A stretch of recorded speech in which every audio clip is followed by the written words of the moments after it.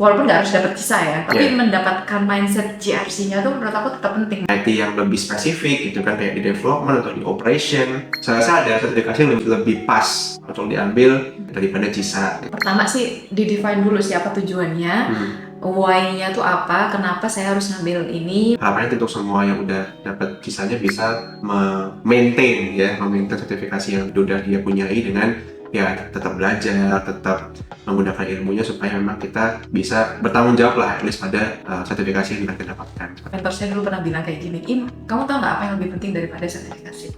Jawabannya adalah membuktikan bahwa kamu memang menguasai ilmu sertifikasi tersebut. Betul.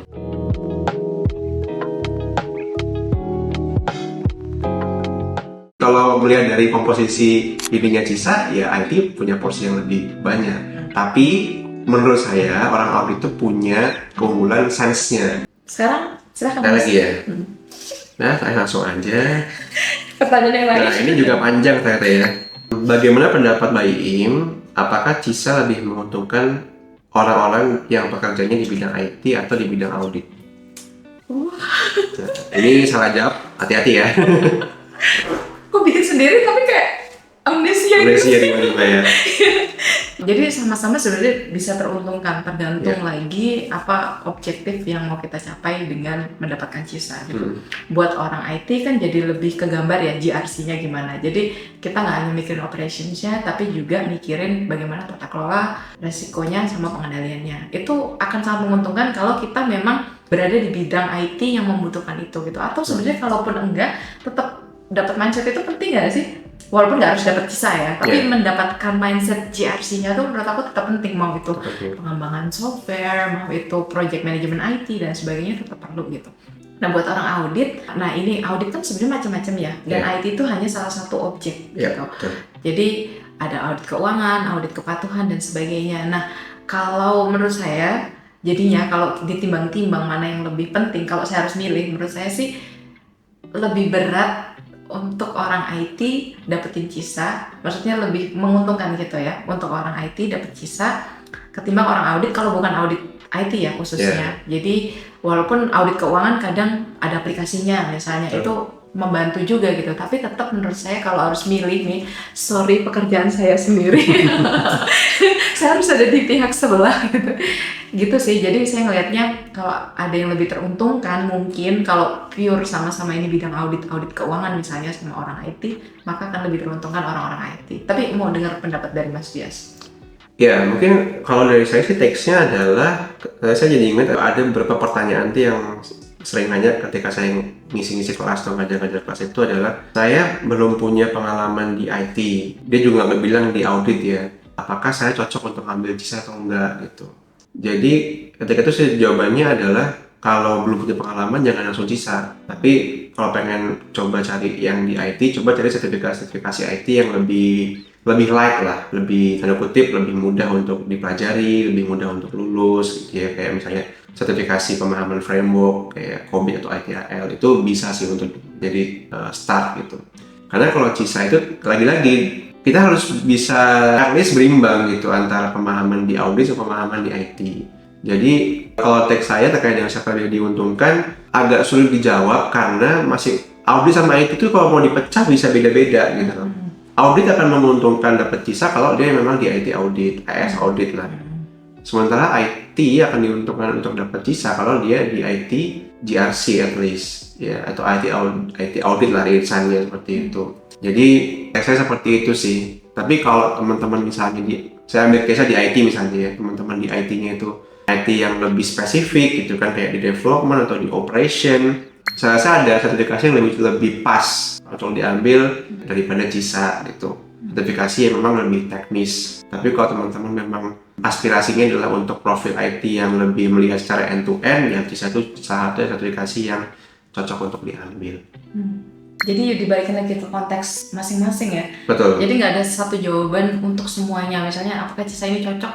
Belum tentu. Ada sertifikasi yang mungkin lebih cocok, atau ya memang kita kurang dapat benefit ya. Maksudnya nggak sepadan benefit sama perjuangannya sama sebagainya. Cost-nya perlu diambil, biayanya, waktunya, pengorbanannya. Sip, oke.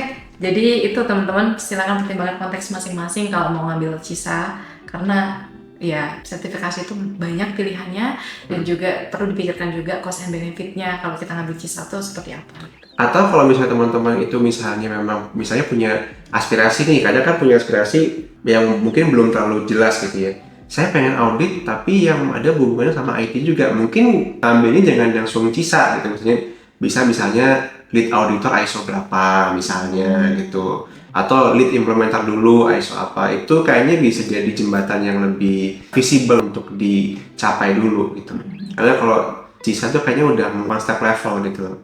Karena yang diuji itu bukan cuman pengetahuan tapi juga sense-nya ketika dia menganalisis soal-soal gitu. Ya itu hanya sekelas info aja sih. Yeah. Jadi ketahui dulu kenapa kita mau ngambil itu, terus juga konteksnya dikembaliin ke tujuan masing-masing sih sebenarnya. Yeah. Apa tujuan kita ngambil sesuatu?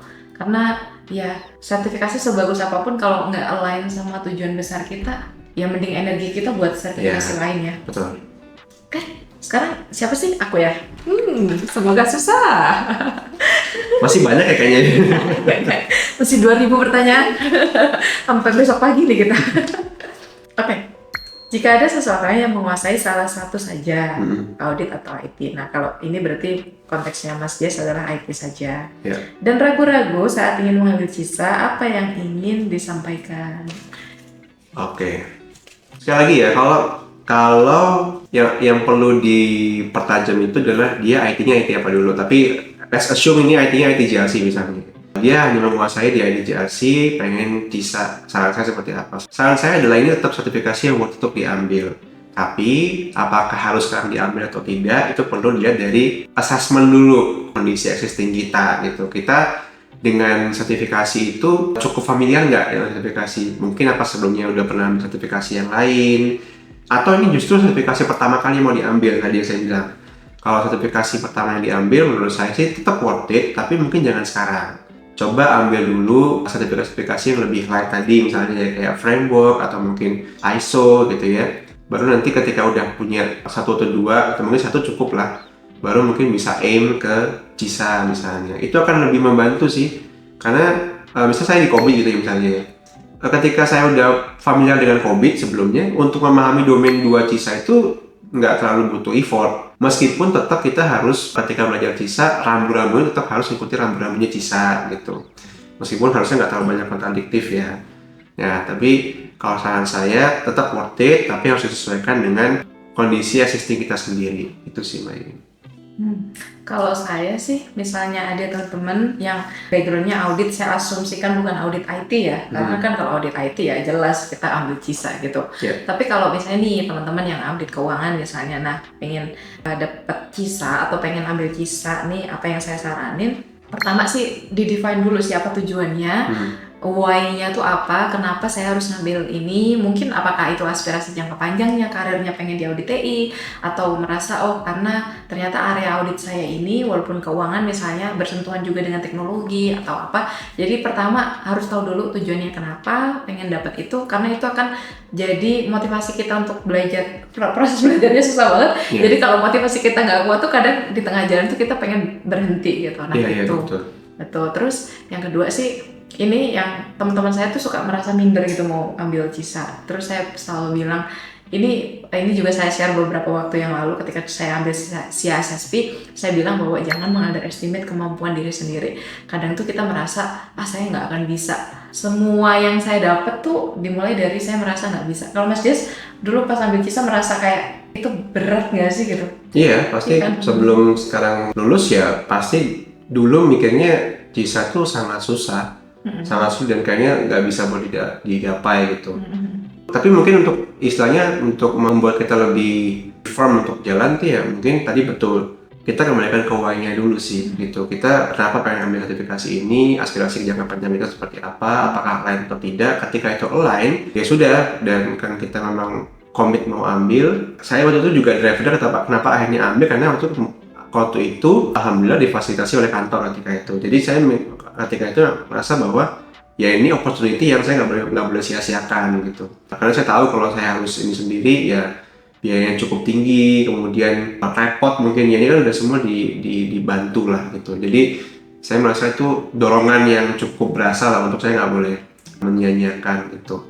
Jadi once semuanya tuh udah why-nya dapat, align dengan tujuan jangka panjang, ya yang kita bisa lakukan tinggal ya udah kita punya strategi atau planning yang cukup jelas untuk usahanya gitu. Nanti apakah hasil akhirnya sesuai apa enggak ya udah itu kita pasrahkan aja gitu, bukan di kendali kita itu. Terima kasih. Dan ya tadi, jadi walaupun kita misalnya harus ngejarnya 4 domain ya, karena yang audit kan cuma 1 domain ya. Nah, ya teman-teman jangan mengunderestimate bahwa saya nggak akan mampu gitu. Kalau kita pengen sebenarnya teman-teman, dan kita benar-benar mau mengusahakan sesuatu, kayaknya di dunia itu hal yang tidak mungkin tuh sangat sedikit gitu. Jadi ada area-area yang kita merasa nggak mungkin, tapi ternyata mungkin untuk dicapai gitu. Jadi ya baik buat teman-teman yang mau ujian CISA atau mau ngambil CISA dan merasa, waduh saya harus ngejar 4 domain. Kalau teman-teman merasa ini emang penting buat teman-teman, itu align dengan tujuan teman-teman bisa mengusahakan pelan-pelan sedikit-sedikit, nggak perlu kayak menarget, saya harus dalam waktu sekian harus sudah selesai gitu. Teman-teman bertahun-tahun pun it's okay untuk belajar, nggak ada yang ngejar teman-teman untuk harus segera gitu ibaratnya. Kecuali emang ditetapkan harus segera ya, tapi maksudnya secara umum kita proses belajar tuh bisa berlangsung sepanjang waktu, sepanjang umur kita. Jadi it's okay kalau teman-teman pengen, diusahain pelan-pelan, dan ya cari resource yang pas, cari mentor, cari teman belajar, cari teman bertanya, ya insya Allah semoga bisa gitu. Oke, kita next. Sekarang saya. Masih banyak nih, masih 5.000 pertanyaan. 5.000 pertanyaan. Ya, ini kayaknya tadi sempat dijawab juga. Jadi menurut Mbak Iim lebih mudah mana mengikuti ujian CISA? Jadi ini mungkin keywordnya adalah ujian CISA ya, mengikuti ujian CISA sebagai orang IT atau sebagai orang audit. Tadi kayaknya udah sempat sedikit dijawab. Menurut saya, saya tuh kelihatan, harusnya kan saya di pihak yang membela audit ya. Betul. Ini gimana ya cara membela auditnya? Jadi kalau secara pribadi saya merasa kalau teman-teman sudah punya pengetahuan IT yang end to end, ya akan lebih mudah dari sisi IT-nya terus belajar ke auditnya. Cuman saya baru orang tuh jarang tahu IT end to end. Jarang banget kan. Jadi tetap walaupun orang IT masih ngejar beberapa domain lain. Betul. Misalnya saya orang cyber security misalnya, nanti dia tetap harus ngejar macam-macam ya. Iya kan ya. Jadi ya sebenarnya akan lebih mudah mana? Menurut saya sama aja sih jadinya. Challenge-nya saya meralat jawaban saya sebelumnya. Bagus ya. Bagus moodnya gitu ya. Ya, biar agak sedikit kelihatan membela audit gitu. Nggak, jadi menurut saya kita semua tuh mau belajar IT, mau belajar audit, mungkin nggak ada yang menguasai full ilmu tersebut masing-masing. Nah, jadi kita harus melengkapi ilmu yang udah kita punya itu dengan ilmu yang belum kita punya. Jadi sama-sama sih menurut saya perjuangannya akan sama, tergantung ya memang pertama exposure kita dari awal tuh seberapa banyak gitu kan. Apakah kuliah kita nyambung dengan hal tersebut, pekerjaan kita nyambung, obrolan teman-teman kita ya nggak sih, ngaruh ya sih teman-teman kita, obrolannya IT, kita tuh akan nyangkut-nyangkut walaupun kita mungkin bukan orang IT gitu. Jadi itu akan sama menurut aku yang harus dikejar. Yang penting adalah ya kalau kita memang niat, kejar gitu. Betul. Apapun itu. Kalau Mas Jess gimana? Kalau jawabannya sama nggak seru ya. Audit tuh. Ya, saya kayaknya harus tetap dengan pendirian saya ya. Kayaknya emang slightly lebih kalau punya background di IT agak lebih terbantu lah mungkin bahasanya gitu. Meskipun mungkin memang orang IT itu kan ya untuk bisa tahu end to end itu juga nggak semua tahu gitu ya. Cuman mungkin at least lebih familiar lah dengan istilah-istilah yang dibahas di domain-domain IT yang lain gitu. Cuman kalau sekarang dengan bantuan, kita kembali ke topik yang pertama tadi terkait dengan AI gitu ya. Dengan adanya kayak platform-platform AI yang kita bisa gunakan secara publik gitu, misalnya kayak ChatGPT atau mungkin Gemini atau DeepSeek dan lain-lain.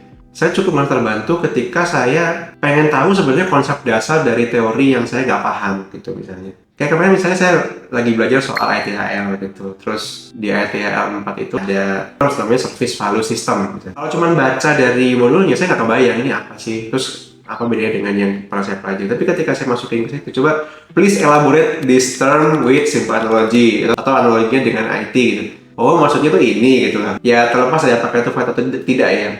Tapi paling tidak itu kita bisa menggunakan tools-tools seperti itu tuh untuk memahami konsep-konsepnya paling tidak. Atau kemarin juga tuh ada yang contoh juga yang cukup menarik itu terkait dengan istilah data ingestion. Mbak Im familiar nggak? Ya, data ingestion itu kan saya ketika itu apa ya, data ingestion ya gitu. Saya pasti masukin, oh data ingestion itu proses untuk mengkolek data dari beberapa source gitu ke satu source untuk diolah gitu. Ada yang batch, ada yang pakai hari misalnya, ada yang hybrid gitu. Jadi tetap perlu belajar, tapi kalau sekarang kayaknya lebih bisa, kita punya banyak alternatif untuk bisa nggak cuma dari textbook deh, tapi bisa kita olah ke platform yang lain untuk paling nggak, oh ini maksudnya seperti ini gitu, gitu sih. Ya. Menurut saya salah satu skill yang sangat berharga adalah bisa nyari tahu dengan AI apa yang pengen kita pelajari. Ya betul. Nyari sendiri sebelum kita tanya ke orang ya. Karena nggak semua orang bisa kita repotin untuk kita tanyain. Betul. Jadi untuk yang basic benar tadi kita coba tanya ke AI dulu, terus baru kita validasi kalau misalnya kita nggak yakin ya. Ya, itu. Tuh teman-teman, silakan jangan lupa ChatGPT sponsor Okay. percakapan ini ya. Oke. Terakhir banget ya teman-teman, karena 5.000 terlalu banyak, jadi ini kita cukupkan yang terakhir. Oke, wah bagus nih jadi pertanyaan penutup. Kalau boleh mengulang proses belajarnya, ingin prosesnya sama atau berbeda? Terkait belajar ya, kalau bisa diulang apakah tetap sama atau ada yang diubah gitu? Seingatan saya sih kayaknya kalau secara konsep kayaknya akan tetap sama. Ya kebetulan waktu itu ya menurut saya sih plannya udah cukup sistematis lah ya. Tapi mungkin ada beberapa part-part yang bisa lebih efisien aja sih gitu. Terus mungkin ada beberapa part-part yang urutannya mungkin agak perlu saya ubah. Misalnya kayak di awal tuh ketika baca nggak usah terlalu yang baca full gitu, tapi bikin aja key point-nya atau asosiasinya gitu, supaya paling dia dapat cantolannya dulu, baru mungkin baca yang versi fullnya gitu. Tapi itu minor sih. Kalau secara umum kayaknya kan saya tetap akan tetap menggunakan cara yang sama gitu. Cuma mungkin ada part yang lebih efisien, jadi mungkin nggak harus selama kemarin sih untuk ininya. Total berapa sih durasi belajarnya? 4 bulan kemarin. Awalnya 3 bulan, tapi setelah itu pas mau mendekati tanggal ujian yang pertama nggak bisa, akhirnya harus mundur, dan mundurnya harus sebulan karena pas puasa ketika itu. Jadi better habis lebaran aja sih untuk ini. Jadi 4 bulan lah gitu. Oke. Kalau saya pengen mengubah sedikit sih gaya belajar saya kemarin. Jadi saya baru nemu websitenya Cisa Islam Study-nya Hemang Doshi. Itu benar-benar mepet banget menjelang ujian. Nah saya berharap saya nemuin website itu lebih dulu supaya, karena website itu membantu banget sih. Betul. Kita dapat key points-nya dulu. Yeah. Itu menyemangati banget loh kalau udah dapat key points, terus kita baca bukunya kayak udah ngerti poin-poinnya apa. Ini kalau di topik IT ini sebenarnya yang Mbak Im lakukan itu adalah post implementation review gitu. Jadi ada lesson learn yang dibagi, Mbak Im kasih dapat pelajaran, dibagi di YouTube, saya baca, saya nonton, saya lakukan itu di awal. Iya benar banget itu. Jadi makanya saya bikin video khusus untuk bahas materi-materinya Hemang Doshi itu, karena saya pengen nggak ada yang mengulangi kesalahan saya nemunya di akhir gitu. Itu. Jadi yang pertama saya pengen belajar dulu key points-nya, karena saya by the way menyadari tipe belajar saya adalah saya yang termotivasi dengan pencapaian. Jadi kalau misalnya saya udah merasa udah menguasai key points semuanya, itu akan memotivasi saya untuk belajar lebih serius. Oke. Karena ada kan orang yang termotivasinya itu dengan belajar yang susah dulu, terus tinggal yang gampang-gampang. Nah kalau saya tuh kebalik, saya merasa kalau belajar tuh harus yang gampang dulu supaya saya merasa oh udah dapet nih beberapa hal gitu, terus tinggal yang susah-susah. Gitu. Jadi saya merasa kemarin perjuangan saya tuh agak susah di depan karena saya langsung baca buku manual. Jadi beban mentalnya tuh gede banget gitu loh, kayak tebel banget gitu. Itu terus saya pengen agak kayak Mas Jas terplanning, karena saya tuh orangnya nggak terplanning jujur. Jadi saya orang itu agak-agak spontanitas banget gitu. agak tidak ter-expect ya.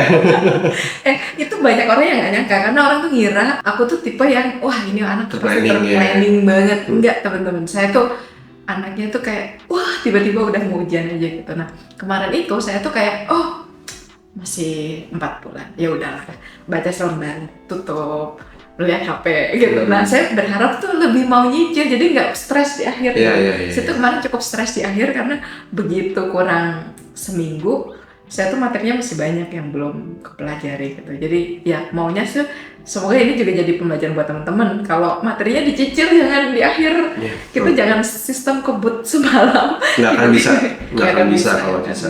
Iya, saya kebut seminggu aja tuh rasanya kayak abis itu capek banget jujur. Abis ujian tuh kayak seminggu kemarin perjuangannya luar biasa banget gitu. Jadi saya berharap lebih dicicil. Nah itu kenapa ya semoga teman-teman juga bisa ngambil pelajaran dari itu, jangan tiba-tiba di akhir ya gitu gitu teman-teman. Closing statement dong. Closing statementnya apa ya? Jadi intinya kalau teman-teman sudah merasa bahwa dari yang tadi kita sampaikan memang butuh dan merasa bahwa CISA ini adalah salah satu milestone sertifikasi yang perlu ambil gitu ya. Apalagi kalau teman-teman misalnya punya fasilitas untuk misalnya dibantu sama kantor atau apapun itu, ambil yang jelas karena ini sangat worth it gitu. Dan nanti sekali lagi setelah memang punya komitmen untuk ambil, menurut saya nanti tinggal kita punya komitmen untuk mempersiapannya gitu. Karena ya tadi mungkin kalau sedikit melengkapi yang Mbak Ayu sampaikan, betul kita tidak punya batasan waktu untuk persiapan gitu ya. Saya mau berapa lama pun belajar, it's okay. Tapi kalau kita memang udah fokus untuk mau ngambil CISA dalam waktu dekat misalnya, better kita bikin time frame gitu. At least 3 bulan lah. Ya, 3-6 bulan tuh udah. Karena takutnya kalau kita nggak punya time frame, kita nggak tersistem belajarnya gitu. Jadi nggak punya seminggu ini saya harus belajar ini, minggu depan belajar ini. Kalau nggak ada itu kita nggak terplanning dengan baik gitu sih. Nah, jadi setelah itu semua itu udah dilakukan, ya good luck buat teman-teman yang mau ambil, dan ya harapannya untuk semua yang udah dapat CISA-nya bisa maintain sertifikasi yang udah dia punyai dengan ya tetap belajar, tetap menggunakan ilmunya supaya memang kita bisa bertanggung jawab lah at least pada sertifikasi yang kita dapatkan seperti itu. Kalau saya closing statement-nya ada 2. Yang pertama tadi sebenarnya agak ngulang Mas Dias. Ternyata Mas Dias bisa membaca apa yang mau saya omongin ya. Betul. Mencuri ide nih namanya. Ide. Kayak yang pertama adalah saya ingat banget mentor saya dulu pernah bilang kayak gini. Im, kamu tahu nggak apa yang lebih penting daripada sertifikasi? Jawabannya adalah membuktikan bahwa kamu memang menguasai ilmu sertifikasi tersebut. Betul. Dan itu mengubah cara pandang saya. Saya berharap mau ngomong ini karena kalau saya dulu nggak mendengar itu, mungkin cara saya belajar sertifikasi itu nggak akan sama dengan saya yang sekarang. Saya tuh kalau belajar sertifikasi, niat saya adalah saya mau mempraktikkan itu, bukan hanya mau lulus. Ya sekalian jalan, kita lulus, sekalian bisa mempraktikkan, itu kan lebih baik ya daripada sekedar saya pengen lulus. Karena kalau kita cuma pengen lulus, mungkin ada shortcut nggak sih untuk bisa lulus tuh, ada ringkasan mungkin dan sebagainya. Tapi ketika kita benar-benar mau menguasai ilmunya dan mempraktikkan, kita akan lebih kuat, lebih resilience untuk menjalani materi yang panjang, latihan soal yang banyak gitu. Jadi itu yang pertama. Dan yang kedua adalah belajar tuh nggak ada proses akhirnya. Jadi walaupun udah dapet CISA pun ya tetap di-maintain tadi benar, ilmunya tetap harus tetap di-update, tetap dimanfaatkan, tetap digunakan supaya ilmunya bermanfaat, dan juga ilmu kita nggak berhenti di situ. Jadi walaupun udah punya sertifikasi apapun teman-teman, tetap kewajiban kita untuk belajar tuh nggak berhenti, karena ilmu IT juga terus berkembang. Jadi ya pastikan untuk nggak merasa bercukup diri setelah mendapatkan CISA. CISA ini satu milestone besar betul, tapi bagaimana kita terus mengupdate diri, terus membuktikan diri bahwa kita memang mampu atas ilmu tersebut, itu menurut aku lebih penting. Ya, teman-teman, demikian episode yang chaos ini. Dan kita akan ketemu lagi di episode lain. Saya udah nggak sama Mas Dias. Terima kasih banyak Mas Dias. Sama-sama, baik. Atas ilmunya dan insight-nya. Semoga bermanfaat. Tuh kan mencuri ide, semoga bermanfaat. Iya, agak terbangun chemistry kayaknya ya. Udah mau tutup baru terbangun chemistry-nya. Tadi awal-awal masih awkward. Oke teman-teman, bye-bye. Sampai ketemu lagi. Terima kasih semuanya. Terima kasih.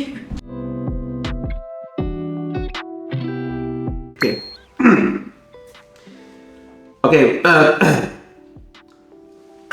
Sorry.